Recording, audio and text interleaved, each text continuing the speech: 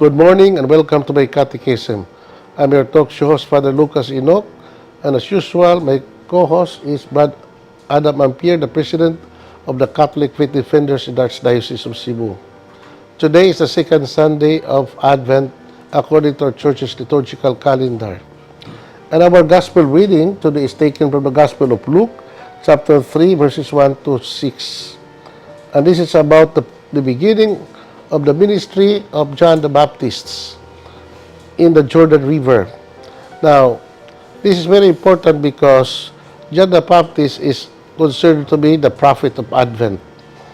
And his mission was to prepare the way of the Lord, to prepare Jesus coming into the life of the people, because right after the ministry of John the Baptist, that was also the beginning of Jesus' public ministry.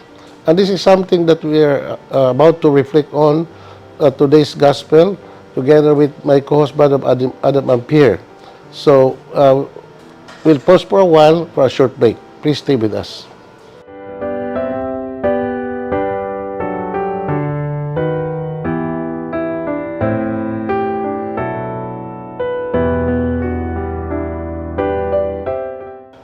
Thank you for staying with us. May buntag, Brad Adam. May buntag, Father. May buntag sa itong mga viewers. Karon, Brad, second Sunday of Advent, hapit na yun ang Pasko.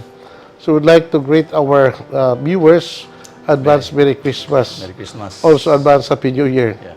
So we hope that this season of Advent, we will avail of this particular season, because that event of Christ coming, actually, but Jesus had already come when he was born in Bethlehem 2,000 years ago. Yeah. But we try to commemorate, we try to reflect on that event of his first coming. No?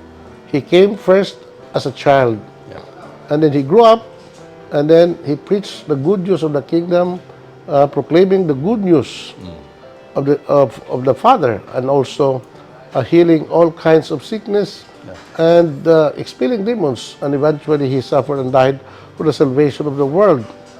Then, according to his promise, that he would come again in glory to judge the living and the dead. So that will be the future second coming of our Lord, which we also anticipate. But now, Brad, karon na nga itong season, nag-iskot mata og Advent, no? About nga, the term Advent comes from the Latin word adventus, meaning to say coming. O kinsa man ang miabot, walain ang atong Ginoo. So, as I have mentioned already, that Jesus came in his first Advent when he was born. But his second Advent, wala pa. Because when that will be, matod pa, as atong Ginoo, nobody knows. Correct. Not even the angel nor the Son of Man, but only the Father knows when that event will take place. So, karon, Brad, samtang wa pa moabot ang Ginoo, there is what we call the third Advent nga ato kanunay sination. Third Advent. What is the third Advent? No, we already discussed about the first Advent of Jesus, no? When he was born, and then the second Advent, now we anticipate that, no? But the third Advent that we are talking about is the coming of Jesus in our daily life, no? Kaya atong Ginoo, maabot pag yun nato kada adlaw, no? So, wala magpasabot nga ang atong Ginoo moabot si kadto higayon unyas katapusan sa panahon. Between the first and second Advent, wala na ang atong Ginoo maabot. Kung dili, nagpadayon ng Ginoo, pagkiguban nato, nagpadayon ng Ginoo, pag-engage nato, nagpadayon ng Ginoo, pag-relate sa tagsa-tagsa ka nato in a spiritual manner. That's why, kada adlaw itong kinabuhi, ang kinahanglan kita og constant preparation to meet the Lord in our day-to-day situation, to meet the Lord in order to experience His power, to experience His love and mercy sa atong tagsa-tagsa ka kinabuhi. So, kana yung third Advent mo ganun, Father, every day in our lives. Correct. ang katong itong parosya nga the second coming Kada that would be the final That or is the what the general judgment the parousia will come at the end of time. at the end of time, correct? Okay. Yeah. So, karon we would like to emphasize the third advent kay mao magina ang ma-experience nato sa Matag kadadlaw, adlaw. matag adlaw. Okay. Pinangatong Ginoo would come to us, no? Mm. Now, but our celebration of Christmas, Brad, is only a commemoration, Yeah. a memorial of Christ's birth. Yeah. And we have to celebrate that because the one who is celebrating his birthday is not an ordinary figure. It's not another man. It's not another person. Yeah. Yeah? Kung ang usa ka nasod, Brad, mag-celebrate sa fiesta sa usa ka presidente, Presidente. it would be a holiday for the whole country. Yeah. Because the president is celebrating his birthday. Yeah. But this one who is celebrating his birthday is not an ordinary president, it's not an ordinary king, it's not an ordinary emperor, but he is the King of Kings and Lords of Lords. Amen. Mo na nga, we have to Prepare. celebrate Yeah. that event of Christ's birth. Yeah. Nga, sa unsang paagi, Brad, kay we talk about preparation. Mo ni ang unod sa itong Ebanghelyo karon. Preparation. No? Mo ni ang isgutan karon, Brad, no? Sige na tayo. So, our gospel reading today begins with the ministry of John the Baptist. Di ba matakit si John the Baptist, di ba? Yeah. John the Baptist was a son of Zechariah and Elizabeth, no? Although the couple was already advanced in years sa ilang panginaron, Correct. but with the power of God, Elizabeth was made to bear a son. Yeah. And that son was John the Baptist. No? Correct. I mean, kasi John the Baptist o katong Ginoo related ba po na sila? First cousin. Mary and Elizabeth were cousin. I don't know unsa nga degree ang pagka-cousin ni Jesus o ni John the Baptist. No? Yeah. So, John the Baptist, we don't know actually what happened to him after his birth. The only thing that we know from extra-biblical source was that when Elizabeth and Zechariah died, Yeah. John lived in the desert with the monks Yeah. in the desert. No? And it was in the desert that he grew up. No? And you know, Brad, desert, according to the Jewish tradition, is a meeting place between God and man. No? If a person wants to, what you call, experience God and encounter God and develop his deep intimacy with God, he had to withdraw in the desert. Yeah. That's why John, in all his life, iya gipuy-an dito sa kabingawan o deserto. Deserto. He was a man of the desert, and he grew in wisdom, and with the power of God rested upon him. Yeah. Unya, he was filled with grace, filled of wisdom by God, not also wisdom, but of also holiness of life. Yeah. So, kanong sa may nahitabo, no? In the account of St. Luke sa itong Ebanghelyo, the beginning of John's ministry took place according to the account of St. Luke. In the 15th year of the reign of Tiberius Caesar, when Pontius Pilate was governor of Judea and Herod was a tetrarch of Galilee, and his brother Philip, tetrarch of the region of Iturea and Trachonitis, and Lysanias was the tetrarch of Abilene. During the high priesthood of Annas and Caiaphas, the word of God came to John the son of Zechariah in the desert. John went throughout the whole region of the Jordan proclaiming the baptism of repentance for the forgiveness of sins. Yeah. Now, you know, Brad, kining maong event nga hisgutan sa Ebanghelyo karon, nagpakita lang nga John the Baptist and even Jesus, no, really existed. No? Meaning to say, John the Baptist and Jesus Christ Yeah. were figures in history. Yeah. Because there were people who claimed that it is Jesus or also John. Yeah. They were just symbolic figures, no? Yeah. But the truth is, this person, John, and our Lord Jesus Christ, really existed in a certain period of human history. Yeah. No? So, si San Lucas, sa pagsulat ng Ebanghelyo karon, provided us with the historical and political setting of the event of John the Baptist's appearance, no, in the Jordan. Reverend. Correct, Father. So, si John the Baptist, ahead of mga 6 months with Jesus Christ for, just to prepare for our Lord Jesus Christ. You're talking Father, about the age of John preparation. the Baptist. So, ang Panginoon ni John the Baptist, compared to the age of our Lord, no, more or less, they were of the same, what Year. you call year. Yeah. Only nga, John the Baptist was Ahead of 6 6 months months. older than Jesus Christ.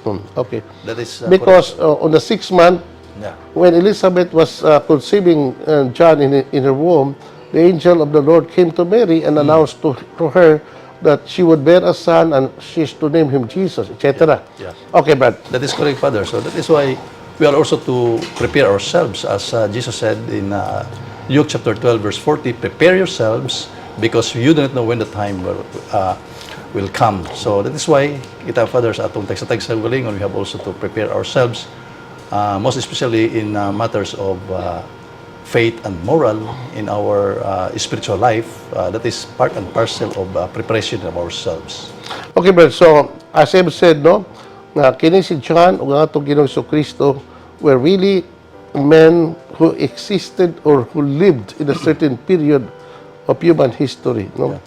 Na as being mentioned by the gospel today. Yeah. So, you know, Brad, this is very important. Why John is always mentioned during the season of Advent? Because as I mentioned, he is a prophet of Advent. Yeah. Why is that so? It's because for the people of Israel, no, the voice of prophecy was silent after the death of the last prophet. Who was the last prophet to die?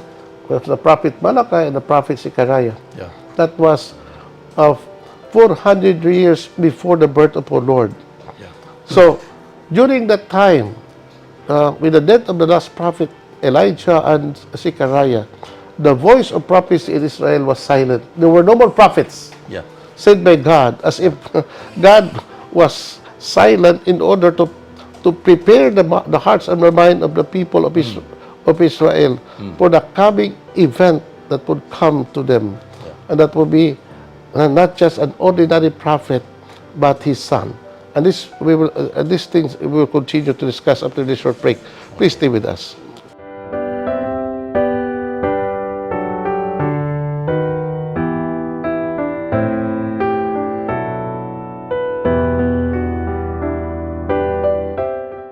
Thank you for staying with us. Brad Adam, Yes, Father. importante kining atong hisgutan ba nga ang historical setting Yeah. nining mag-ebanghelyo karon. That means kini si John the Baptist, kini si Tiberius. Yung Tiberius was a Roman emperor. Yeah. And the Roman history is very clear that this man really existed, no? Yeah. Also, Pontius Pilate, no? Pontius Pilate was also a man who really existed in that particular period. Correct. In fact, Brad, I went to Israel. That was in 1997. I went to Israel and I visited the ruin of Caesarea Maritima. Caesarea was an old Roman city along the coast of the Mediterranean in Judea. Yeah. It was a very old city, but it was destroyed. I don't know what happened, and lately it was being discovered and excavated. And then the amphitheater was still very intact. Yeah. And then the palace of Pontius Pilate was there. And there was a stone, no, that was being discovered, and there was an inscription which says, Pontius Pilatus. Meaning to say that Pontius Pilate really existed. Correct. Okay. Then not only Pontius Pilate, no, these people are mentioned in the New Testament, in the Gospel, no? No, also Herod. Herod. This particular Herod was the son of Herod the Great. The other son of Herod the Great, Philip, because Herod the Great, Herod Antipas, this Herod, Muna sa angkwan, Father. he was the tetrarch of Galilee. He was the Herod during the death of our Lord. The Herod during the birth of our Lord was the father.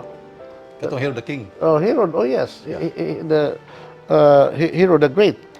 Now, Herod was the tetrarch of Galilee. By the way, what's the meaning of the word tetrarch? Because Governor? After the death of Herod the Great, no, his kingdom was divided among his sons. Yeah. So, in Galilee, it was Herod Antipas na mo yung na-inherit siyang amahan. The word tetrarch is the ruler of the third part. Ruler of the third. Oh. Then another, Philip, another son of Herod the Great, Yeah. the brother of Herod Antipas, was the tetrarch of Iturea and Cornitis. Licinius was the tetrarch of Abilene. So, these people mentioned in the Bible really are historical figures. Yeah. The high priest of Annas and Caiaphas, these two high priests mentioned in the Bible. Yeah. So, etc., Brad. Yeah. So, that was in that event, that political and religious setting, that the appearance of John the Baptist came into being. Yeah. Now, so how did Luke presented John the Baptist? No, he said, John went throughout the whole region of the Jordan proclaiming the baptism of repentance for the forgiveness of sins, as it is written in the book of the prophet Isaiah. Yeah. So, mauna ang historical setting, the appearance of John the Baptist done. Now, that time, when John appeared, he was already 30 years old, like Jesus. Yeah. And what was the ministry of John the Baptist? The ministry of John the Baptist is to proclaim the coming of the Messiah to the people of Israel. And, you know, Brad, John the Baptist was very powerful in his preaching. Yeah.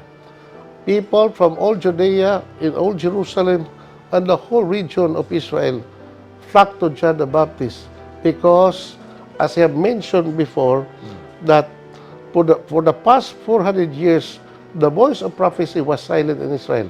Yeah. With John the Baptist preaching the good news of the coming of the Messiah, the hope of the people of Israel,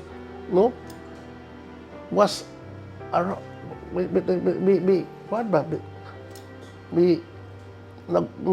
nahaling ang ilang paglaom. No?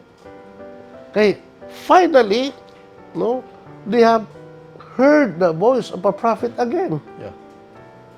In the person of John the Baptist. Correct. And that is why people came to John, listened to his preaching, and believed in him, and they were converted by John's preaching. Because John preached with great power. And not only did he preach with so much power, he was very, very, very effective in his ministry preaching, Brad. Because the number one reason the people believe in him as a prophet, the other reason is because John the Baptist was a holy man. One of the ministers of John the Baptist, Father, katog yung pamunyag niya. But that baptism is different from our Lord. So, For Jesus' baptism, you mentioned about that. yeah, correct. So Father. John's baptism and that of Jesus' baptism, Is lahi na sila. Okay. So, that is why ang kay John the Baptist is just a matter of preparation. Pero alam to sa mga dagko, Father, no? Sa mga adult baptism.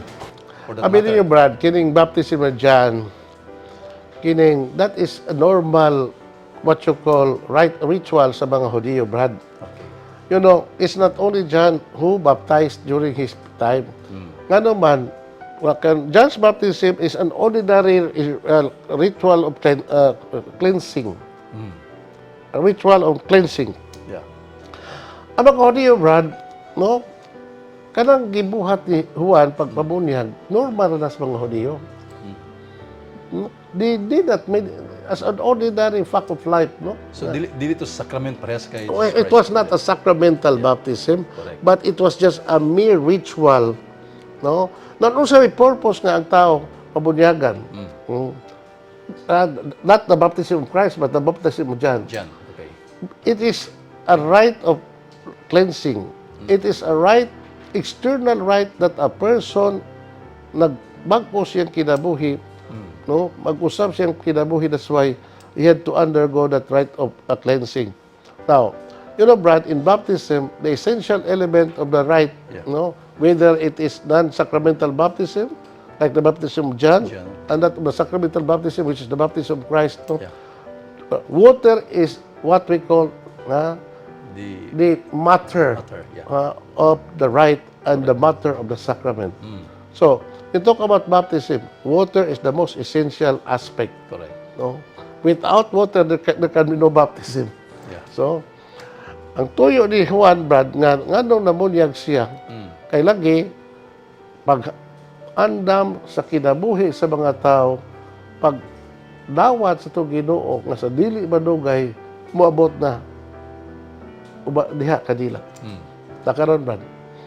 Sa ako nag-ingon, nga ang bunyag ni Juan was just a preparation for a much important baptism. Nga ihatag sa Ginoo. Sa ito pa, it's just a prefiguration of the baptism of our Lord. Yeah. So, pag-abot ng Ginoo, Brad, no? When He commanded His disciples to preach the good news of the kingdom in chapter 28 of the Gospel of Matthew, pag-ingos ng Ginoo, all authority in heaven and earth has been given to me.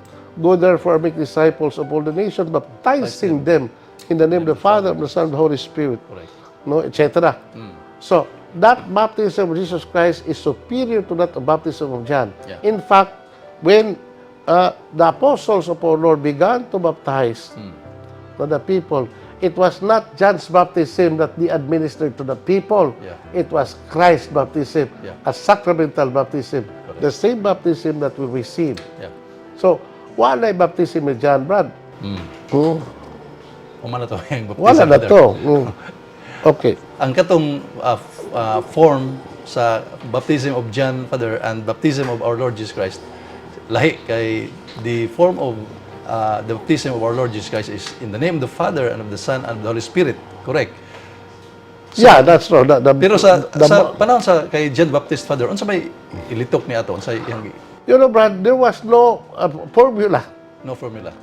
When John administered baptism, he just poured water. But there is no formula. No, that's yeah. Pero with Christ's baptism, there is the matter and the form. The matter is always the water, and the form is the sacramental formula, the Trinitarian formula. Correct. I baptize you in the name of the Father, of the Son, and the Holy Spirit. So, more na siya, Brad. So, that is Christ's baptism. But we now still focus on John's ministry, Brad. Yeah. So, we'll continue reflecting on this particular episode. And we'll be back after the short break. Please stay with us.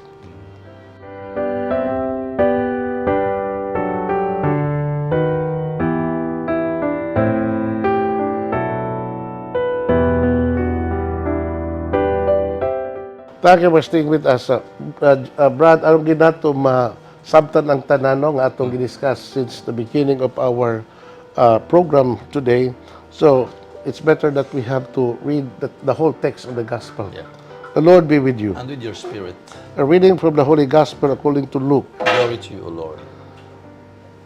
In the 15th year of the reign of Tiberius Caesar, when Pontius Pilate was governor of Judea, and Herod was the tetrarch of Galilee, and his brother Philip, tetrarch of the region of Iturea and Trachonitis, and Lysanias was the tetrarch of Abilene, during the high priesthood of Annas and Caiaphas. The word of God came to John, the son of Zechariah, in the desert. John went through the whole region of the Jordan, proclaiming a baptism of repentance for the forgiveness of sins. As it is written in the book of the words of the prophet Isaiah, a voice of one crying out in the desert, prepare the way of the Lord, make straight his paths. Every valley shall be filled, and every mountain and hill shall be made low. The winding roads shall be made straight, and the rough ways made smooth, and all flesh shall see the salvation of God. The Gospel of the Lord. Praise to you, Lord Jesus. So, mo ni Brad, ang complete text atong Gospel, Brad. So, mo na, Brad. Now, we know that the ministry of John the Baptist consists on two, what you call, main activities of heart.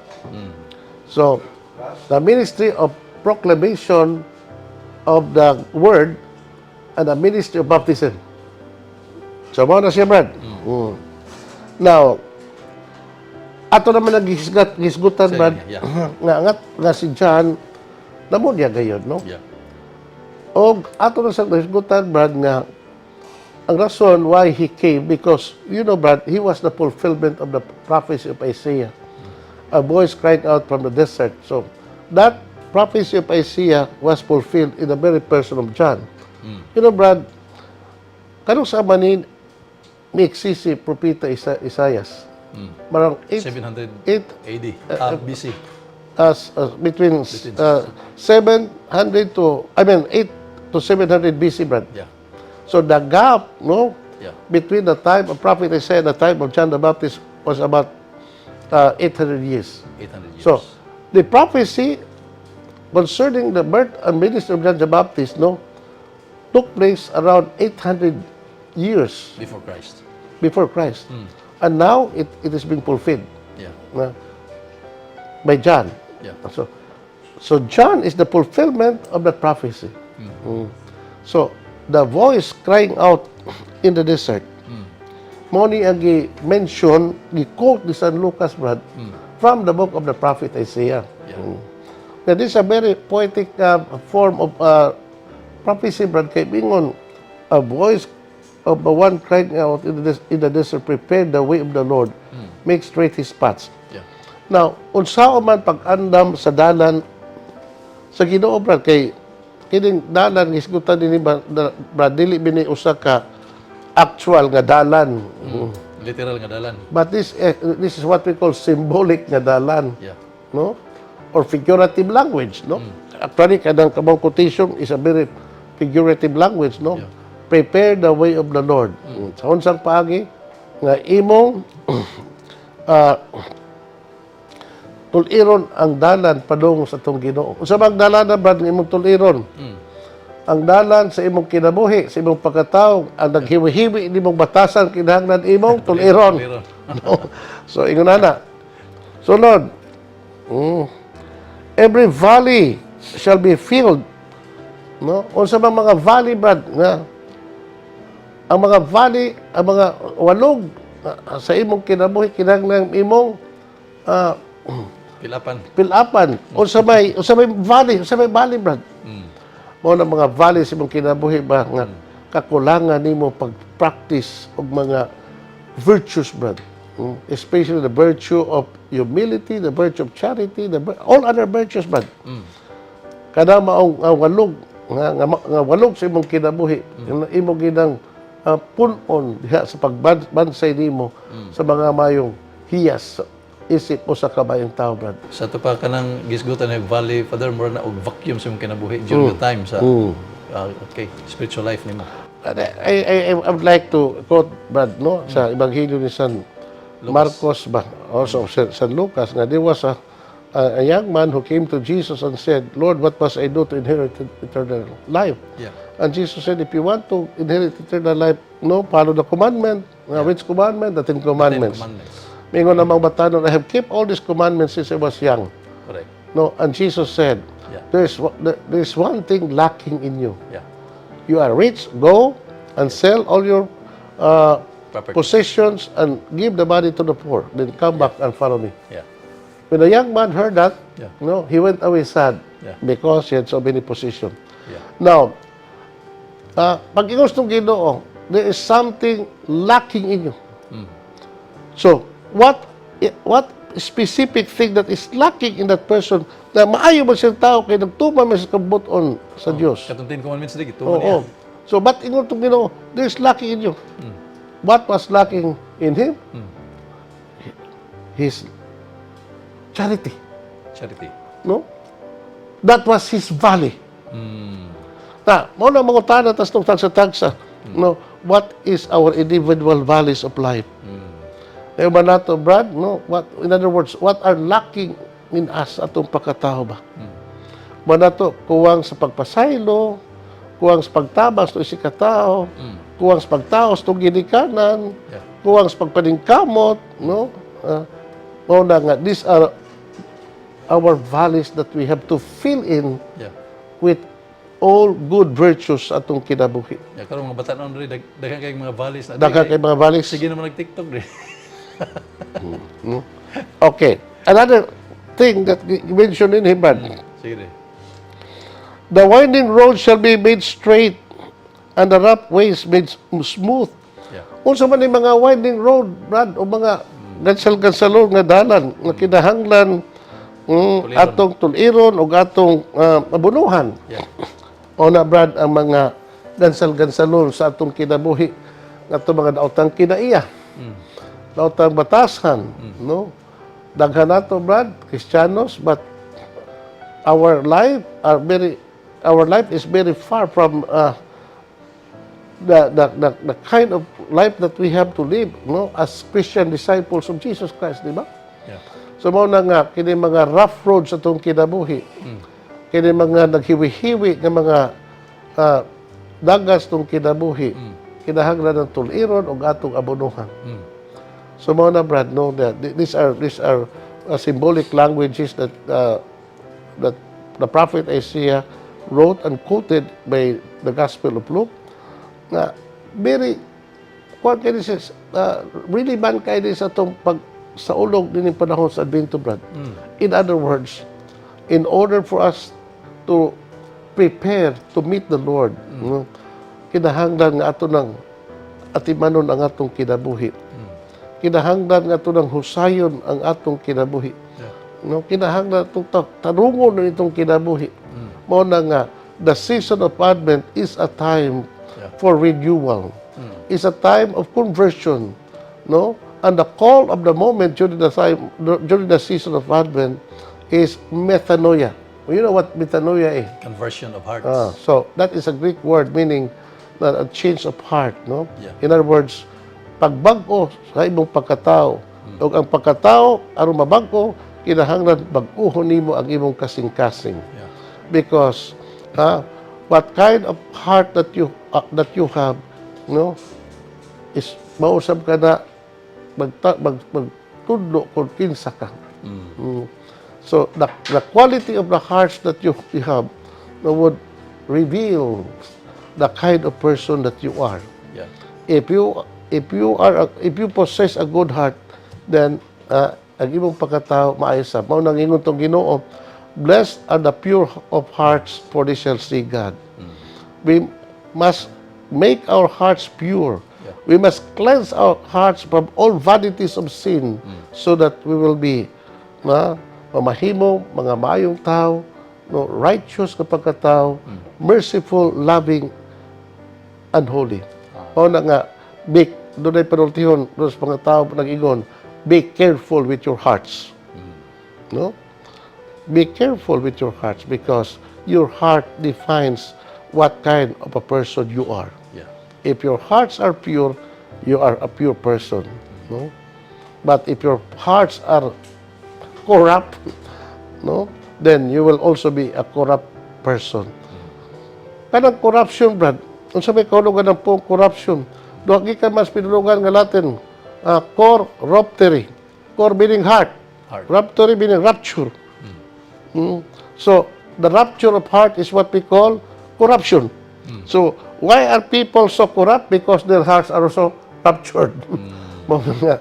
We have to be very careful with your heart. We have to cleanse our hearts. We have to heal our hearts from all sides of rupture or corruption, so that we'll also be righteous before God and men.